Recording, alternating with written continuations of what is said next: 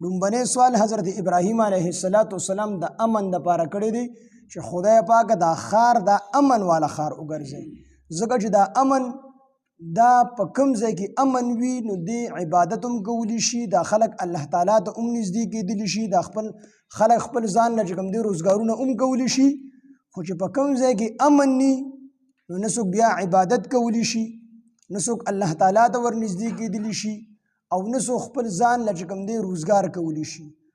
نو د ټولو څیزونو هغه مور چې کومه ده نو هغه امن دی امن د دې وجې نه ابراهیم علیه السلام د ټولو نه لومبنۍ دعا دا د امن غوښتې ده چې خدای پاک دا خار امن والا وګرځي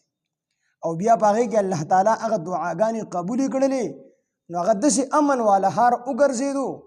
چې هلته کې سپي او پیشو دا د یو بل دشمنان دي خو چې کله دا په حرم پاک کې دننه وي دا یو بل داسې نه وي دا سپي په دې پیشو باندې حمله نشي کولی د خپل پلار قاتل دا څوک په حرم پاک کې نشي وجلی د حرم نه به بار کوي بیا به د قصاص اخلي نو داسې امن والا ځای وګرځېدو چې په دغه ځای کې حاجیان صاحبان ځي نو دوی په دغه ځای کې روږه نشي وجلی د دغه ځای واښه نشي ایستلی داسې امن والا وګرځېدو دغلته سپی پیشو مار لړم چې دته نقصان نه رسي دی نشي وجلی اوس داسې سپی دی چې لیونی دی او دته نقصان رسي نو د خپل ځان بچ کول دپاره به خامخا بیا خپل ځان بچ کوي خو نه دته یو سپی څه نه وي دته یو منظرې څه نه وي دا حاجي صاحب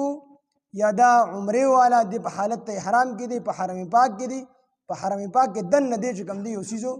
نشي وجلی ځناور نشي وجلی نو الله تعالی هغه خار بیا امن والا وګرځو لومبنۍ دعا د ابراهیم علیه السلام کړې ده د امن چې خدای پاک دا خار امن والا وګرځي